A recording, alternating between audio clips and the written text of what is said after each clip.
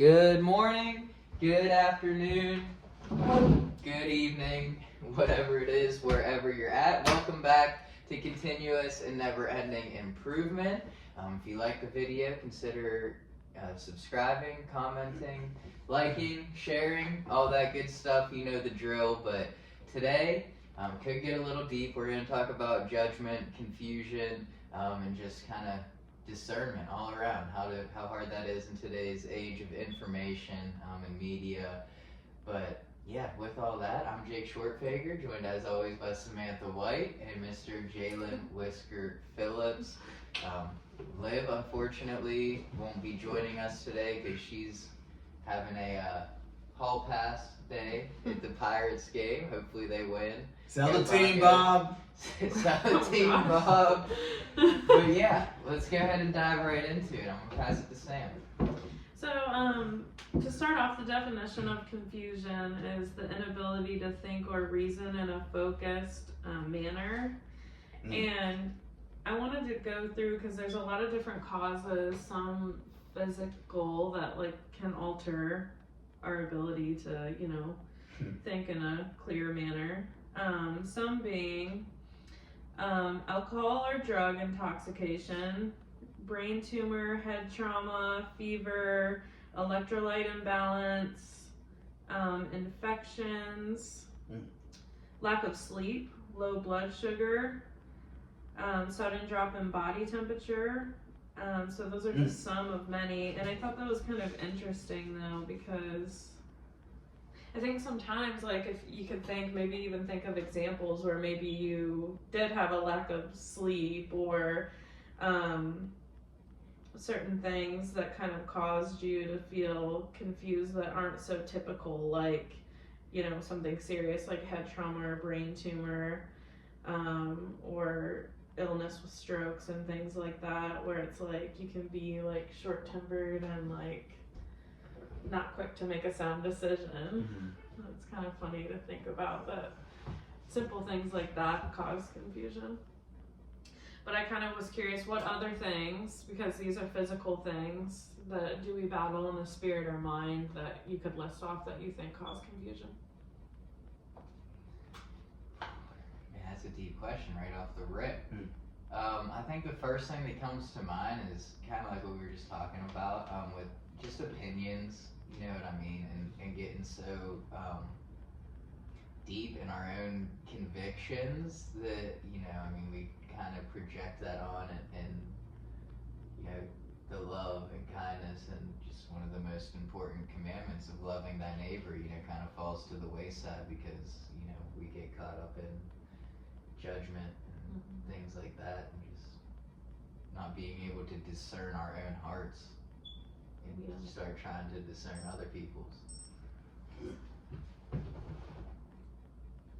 I think what comes to mind too is hurt or heartbreak can cause confusion because then you don't know who to trust or what to think, or I don't know, that can create, I guess confusion is a starting point to doubt sometimes, because if you don't know or you're not thinking clearly, then you're starting to doubt how you're thinking or feeling in general. But a lot of those kinds of things can create confusion. Yeah, that's a great point, because that leads me to think about fear and just being afraid to question and talk about some of the doubts or things that we're having, to just be able to come back to faith and things like that. You know what I mean? When we let that self-will run riot, so to speak, and just, we let those doubts kind of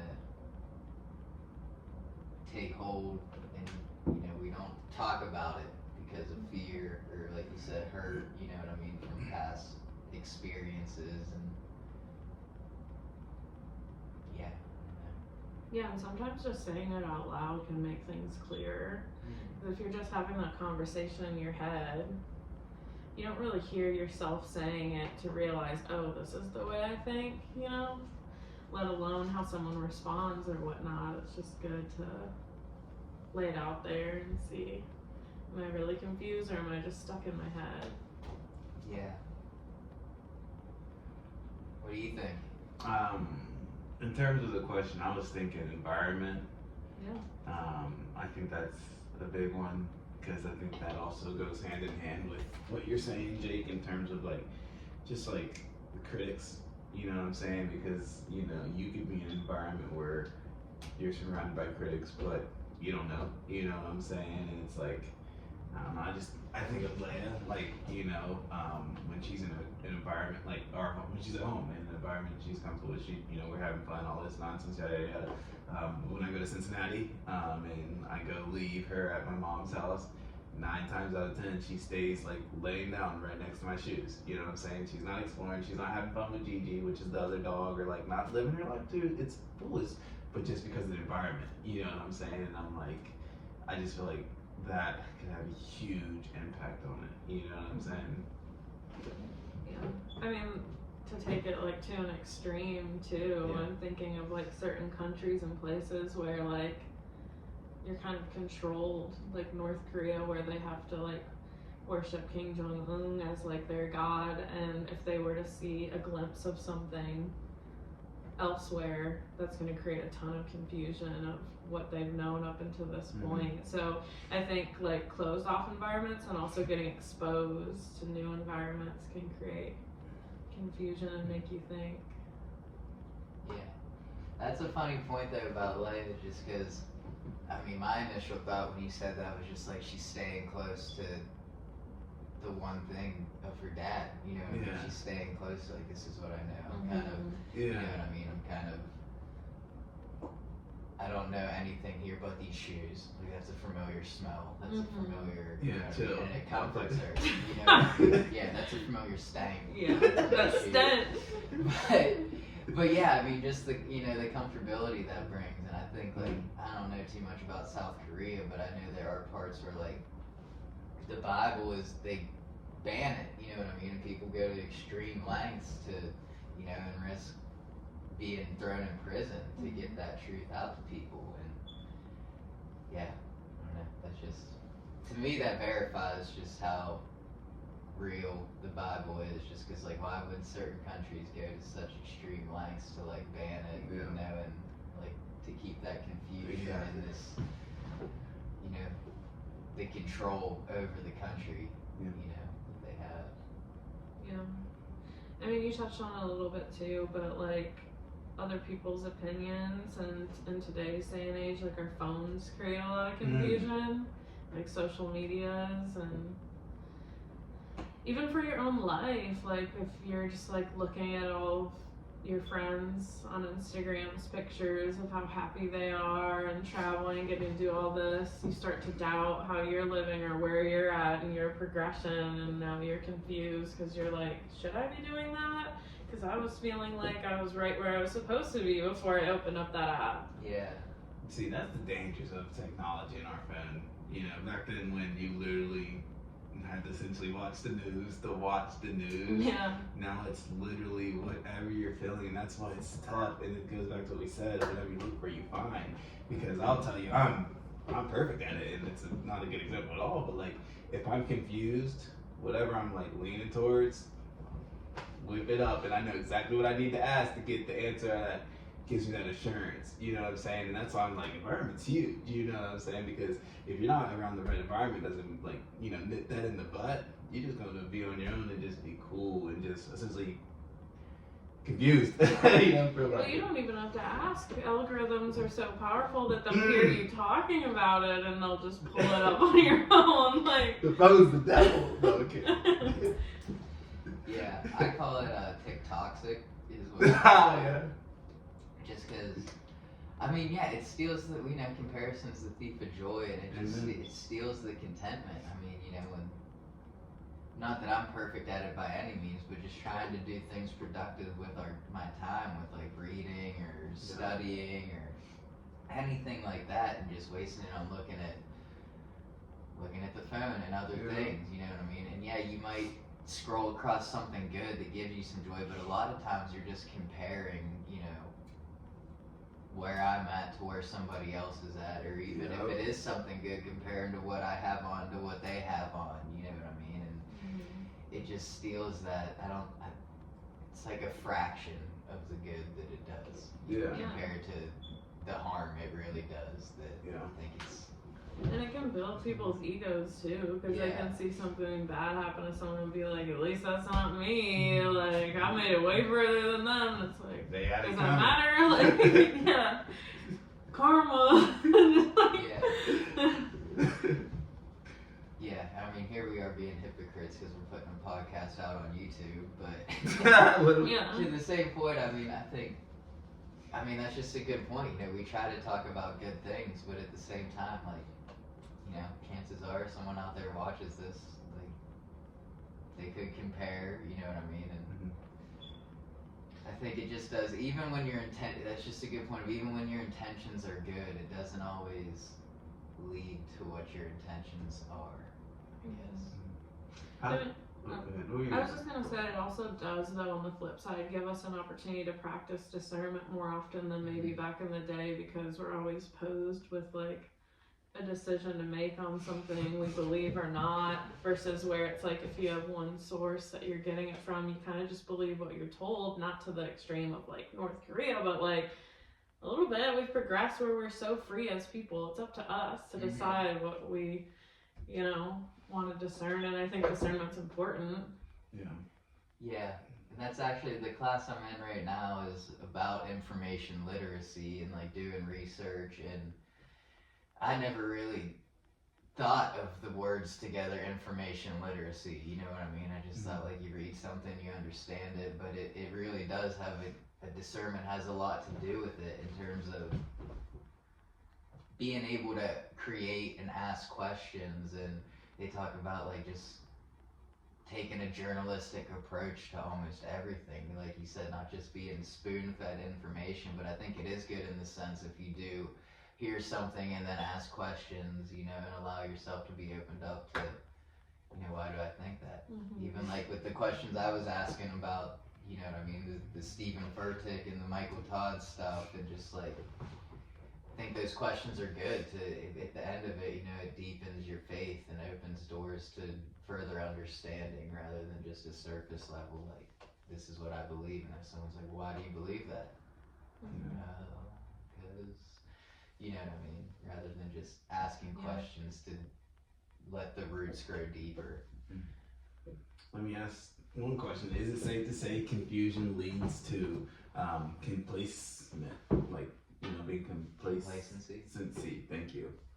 I feel like as human beings, we don't like to not know things. So if we feel confused about something, I almost think it can lead to like judgment, because then we want to know and stand.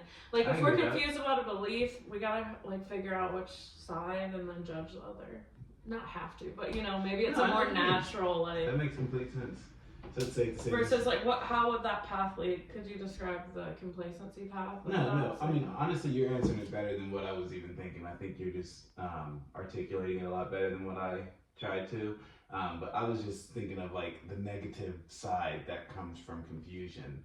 You know what I'm saying? Because my follow-up question was going to be, how can you tell when you're actually in a place of confusion with all this other stuff that we can do to just low-key like sure ourselves, you know?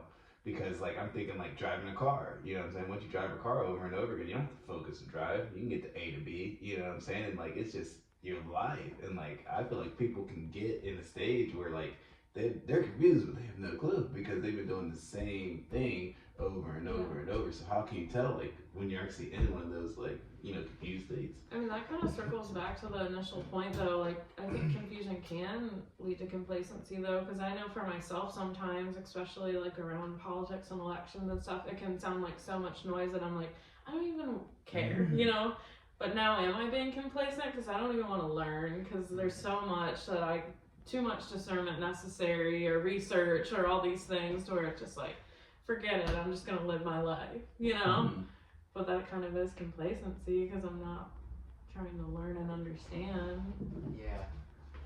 Yeah, I think of just, like, I think emotional stability is a good, I mean, emotions are a good, that's great. They're not fact, but they're a good, like, again, compass, you know what I mean? If throughout my day, like, you know what I mean, I have these, like, drastic highs and lows, and I'm just, again, it makes me think of the house that's built on sand. You know, it's easily swayed by the wind. You know, and I think that's confusion. Like it leads to like directionless. You know what I mean? It's just I'm confused. Well, I'm easily blown this way, or I'm easily blown that way. You know, and just to again do the investigation and research and really find out, like you're saying, to not be complacent on this is what I know and I'm good with what I know and I'm gonna live off of what I know, but to really do the research of, well, why are they saying that, and kind of go deeper, you know what I mean, and understand more of the story. And yeah. So are you saying, like,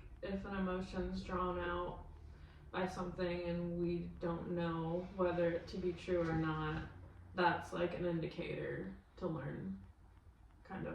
Is that kind of?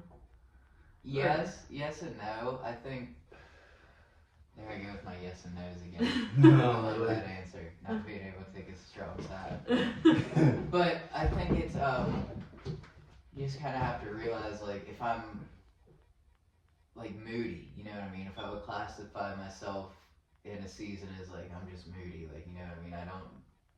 I'm not necessarily like joyful throughout the day, or I'm one like, you know what I mean? I'm searching to get a quick fix or quick dose of dopamine somewhere, you know what I mean? Rather than like knowing joy comes from the Lord and I'm rooted in that, you know what I mean? And having that joy, and then when an emotion comes, being like, okay, well then what's going on here? You know what I mean? Or if my emotions are all over the place, then I'm probably confused, you know what I mean? But if I'm not in a sense of that, and you know I'm pretty emotionally sober and emotionally stable in that season, and an emotion comes out, then it's kind of, okay, well then what's going on here? You know what I mean?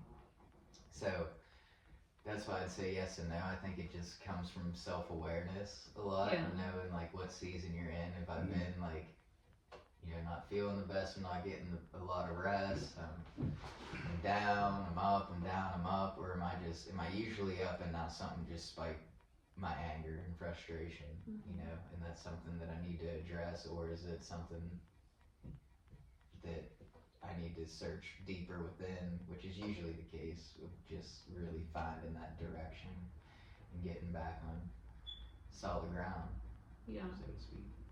That's funny because when I was looking some of the stuff up, it was saying that confusion is not fully understanding something we already know, whereas uncertainty is wanting to learn more about something we don't know. And I think that's an important differentiation, because it's like, I think sometimes it's okay to be like not know or be uncertain, because like we shouldn't and we don't know everything, but like confusion's important because it's about things that we already know that now we're kind of doubting or have a misunderstanding maybe per se, so then it leads to like doubt and decisions around that, if that makes sense. It does. Something that was like resonating when you were talking, I was like, if you don't know where you're going, you're never gonna make it.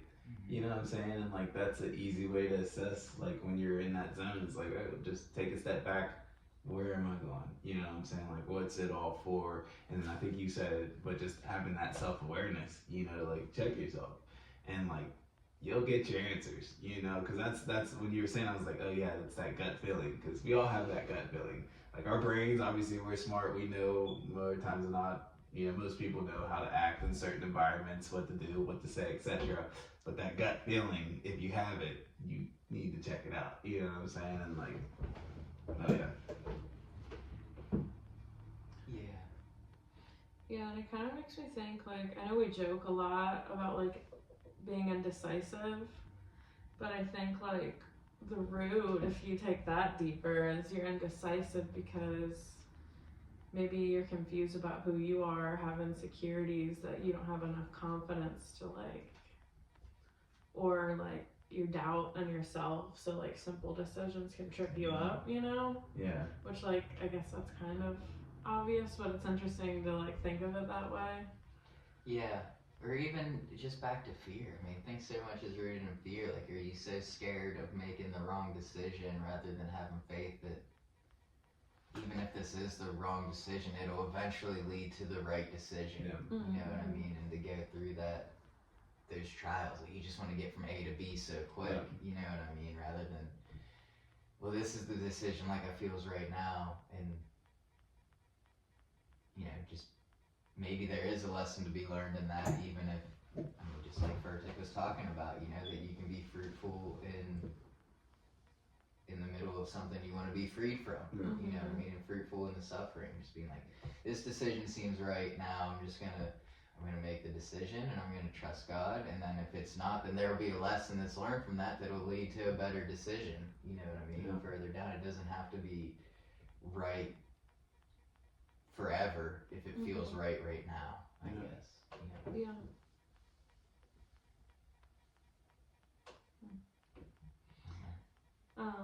Another thing too was kind of like confusion versus judgment, because it says judgment is the ability to make considered decisions, and it made me think, like, if judgments are all considered decisions, like sometimes people make snap judgments though, so that's kind of interesting to think about, because it's like, wow, so when we're judging, like, we've thought about that, like that's kind of like a harsh thing to face, to feel like we can be wrong in our judgments all the time, but we have like pathways of beliefs there when we do that need to be broken down or looked at deeper. Yeah, I think that's why, for me, that's why it's important, and it gets lost in the sauce, so to speak, sometimes, but just searching our own heart. I mean, it's like a form of deflection almost, if we're judging something else, it's like, is there something that I need? Because again, the serenity prayer, to accept the things I cannot change, the courage to change the things I can. A lot of times that's the courage to look in the mirror and, do my own work and realize I can't change anybody else, All I can do is work on the things in myself that I'm afraid to face, and bring those to the light. That's the only thing that I have power over, Not that. we don't, a lot of times we don't want to judge ourselves, Yeah. That's the thing, we're quick to make snap judgments of other things that go against our beliefs, but we don't want to judge our own beliefs. Yeah, that's true. It's hard to look in the mirror. Yeah.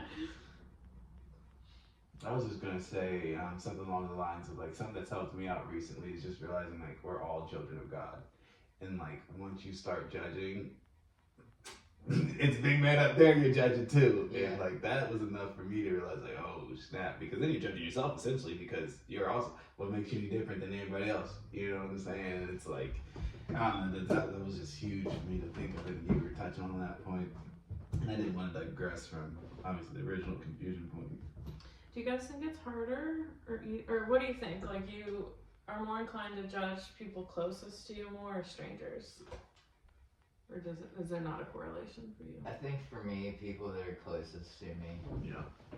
I don't know why that is, but For me, definitely closest to me, and a reason why is a lot of like the past. Nobody's perfect. You can't expect anybody to be perfect, even your best friends. You know what I'm saying? And like I said to say, sometimes like just like with things that were done in the past, I don't want to say I'm traumatized, but like I remember it. You know what I'm saying? And with that being said, if I'm like coming around something like, I wish I could give you guys an example, so I'm not just talking so broad. But I can't think of one right now. But I'm getting at is just bringing up past events and having past ideas and having a feeling like it's always going to be like that. So now I'm going to judge my friend completely and tell them bits and pieces of what I need to tell them, or not even tell them, you know what I'm saying? Or tell them everything, and once they tell me what they've got to say, cut it out, you know what I'm saying? Go tit for tat with them, because I'm, like not even giving them time of the word I'm looking for, giving them, I guess, an opportunity to share what they really feel about what I'm going through, if that even makes sense. And I gotta think of a example so I can share it better. yeah, I think for me, it's more people that I'm closest to, for the main reason of just being like, I feel like I know more of the story. It's easier to give people grace when I'm like, well, I really don't know anything about them, or what they're doing, and just kind of, again, meeting them where they're at, and love thy neighbor. But when I feel like I have more, and again, this goes back to just searching my own heart and having compassion for those around me and meeting them where they're at, but just, yeah, I think I have more of the picture painted, I guess. Yeah. And I think it's easier to, when I do look at those things and look in the mirror, it's like, well, that's because so-and-so is like this around me and I let them in my life, you know what I mean? Which, that's not right, but I think that's part of my sin, so to speak, is just, it's easier to deflect on the people that are closest to me and thinking that I know more about that story than really I do. Again, we don't know what's in anybody's heart, you know what I mean, other than my own. So again, just searching what's in my own and why can't, you know, I guess that's a question that I have to ask myself too, is why can't I accept, say, Jalen for Jalen when not Joe down the street as I accept him down the street, you know? Yeah. But, yeah. Yeah, I also think it's because, like, the people closest to us we really care about. So if we think we know what's best, whether we actually do or not, we have, like, a more of a vested interest to, like, judge the way they're living because we think there's a better way and we care about them, so we want them to. But it's just like, I don't know, like, for example, like with my sister, it's easy for me to judge some of the things she's doing because I'm 7 years older than her and I've experienced some of that, and I just want her to hurry up and get to a realization that took me longer so she can get there quicker. But maybe that's what she has to go through to get there, and who am I to control that circumstance? But I would never say that to a random person or someone I just met because I feel softer around strangers. Yeah. Which is crazy. Like, we should be softening our heart for everyone, you'd think, especially the ones we're close to. But. Yeah. No, that's a great point, just because, yeah, kind of lost my train of thought just because I'm thinking so deeply on it. But, I mean, I think that's the point, too. Just, again, even when we're judging those closest to us, it's like, well, why? You know what I mean? Why can't I be that tender-hearted to those closest to me and just trust that that's part of her process? You know, God's got her. That's part of the process. You know what I mean? She's gonna be. That's what I was gonna say is, you know what I mean? Seeing that. Well, I know that there's a better version. You know what I mean? Or God wants more for you. There's a better version of you there. Like, I need to be telling myself that. Yeah. Like, where am I at? You know what I mean? That I'm ignoring and thinking like I've already made it. You know what I mean? To just be life coaching other people when I really need to be looking like, no, there's a better version of me too. God wants more for me. You know what I mean? He's not done yet. If there's breath in my lungs, he's not done. You know what I mean? And focusing on that rather than other people's salvation. I need to focus on my own salvation and not let that fall to the wayside. Kind of like we were talking about earlier, and just wanting to judge and condemn others when it's, am I looking in my own heart now? Am I searching my own heart? Am I spending time to, why do I feel this way, and not just think, well, the way I feel is right. You know? It's kind of funny because, like, depending on the season or career you're in, it can be challenging to do that. Like, if you're a teacher, a leader, even a parent, like, you kind of find yourself coaching and teaching and mentoring and looking at other people's problems and trying to fix them all day. So when it's time to look at yourself in the mirror, you can use excuses of, I don't have enough energy, I do that all day with other people and all these things, and it can be a lot more challenging to do that. And it's kind of funny to think of it in that sense. It's just as important, if not more than important. But also, there's a strength while you're teaching or mentoring or parenting to be vulnerable, I think, in the middle of doing it and sharing your own, like, struggles or what you're currently going through versus just being like, I know the way, follow me. Well, I'm still figuring this out, but come with me, you know?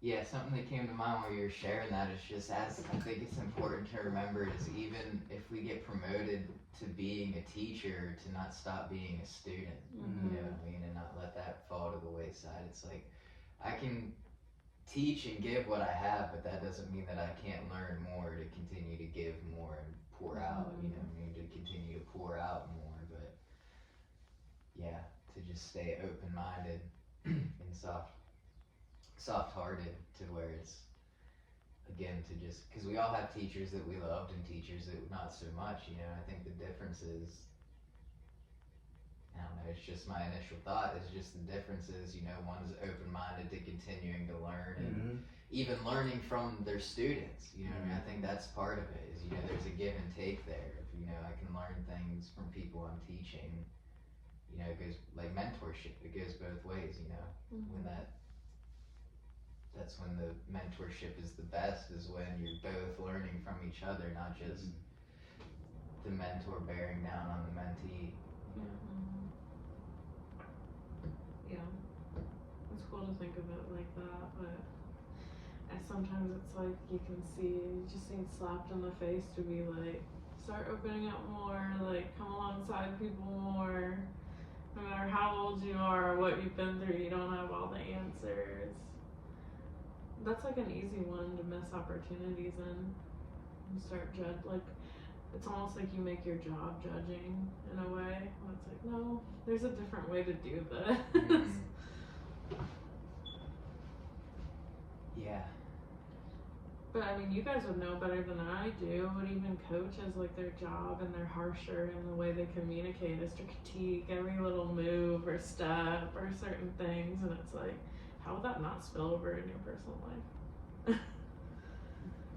When you're like jobs to give feedback 24/7 to other people, how do you do it for yourself? Like, yeah, literally. I think that's the challenge, though, and again, that's why, like, none of us are perfect, you know, and that's part of the challenge for people that take on that role. Yeah.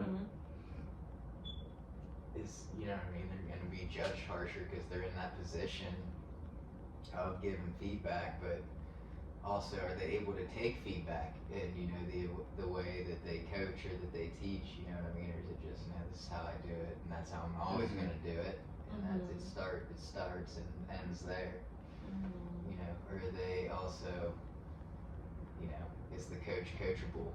yeah. I guess. Because, yeah, I think it would be tough, but I think that's the challenge that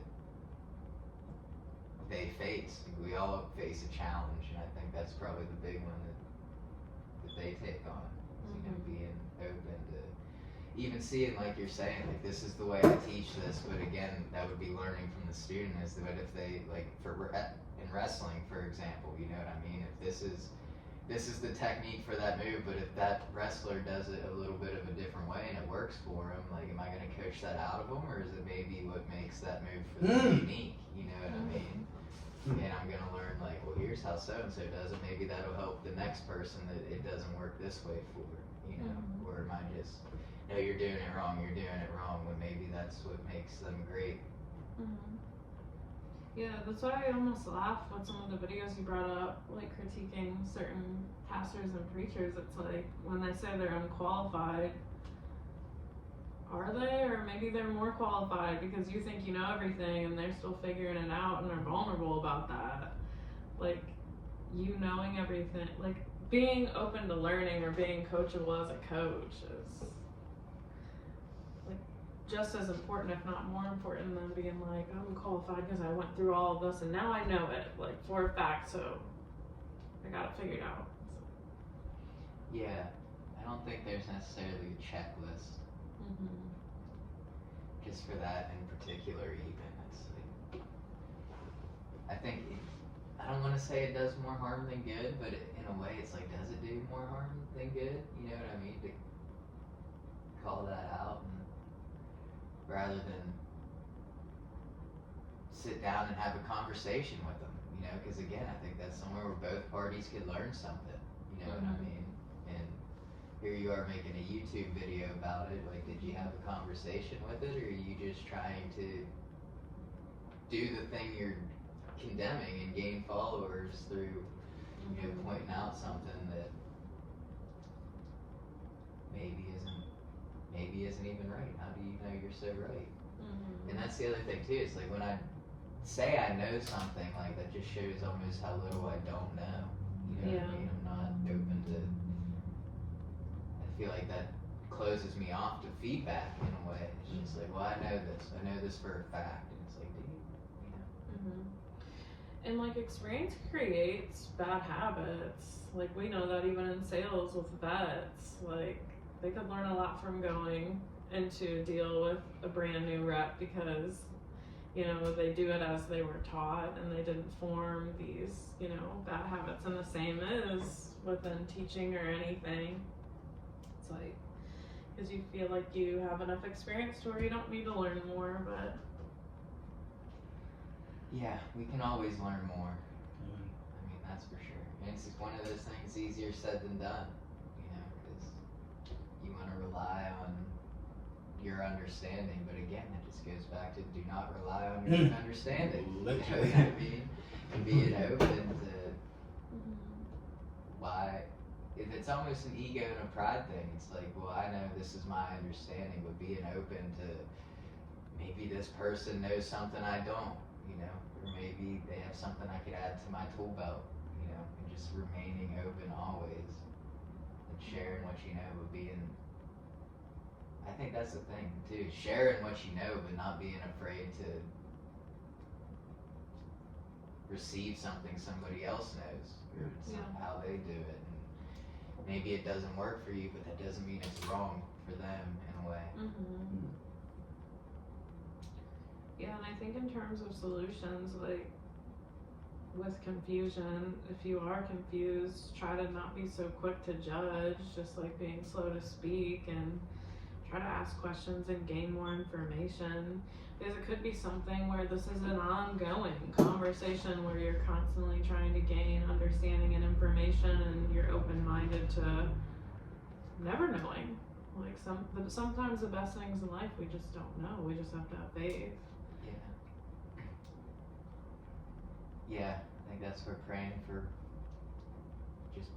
wisdom comes in, and like you said, faith and faith alone. I mean, sometimes you just gotta have that trust, that 51% faith.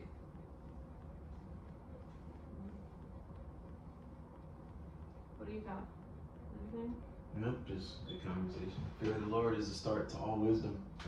That's what I was thinking, and I was just thinking, like, what does that mean to me? And it's just like understanding that, like, everything again happens for a reason. I mean, it's not our will, it's His will. So to understand that versus be caught up in your own, like, why me? I should have this, yada. There's no wisdom in that, and it's like back on your understanding. And we just said you can't lean on your own understanding. So that's really what I was thinking. I think it just goes hand in hand with everything.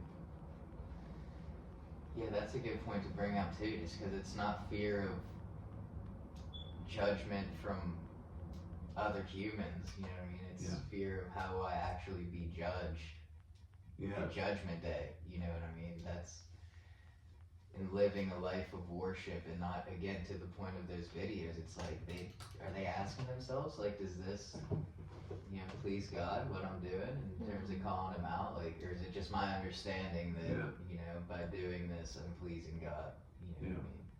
When maybe it's not, you know, you gotta dig a little deeper. Even Paul said, you know, let your roots grow deep.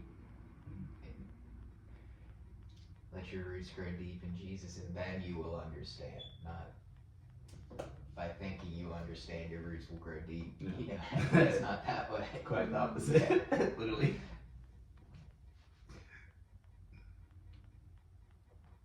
That seems like a short one. We got anything else?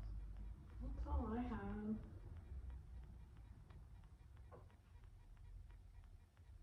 A lot packed in. Yeah. A lot packed into a short time. Hopefully you got something from it. Hopefully you're blessed today, but thanks for joining us.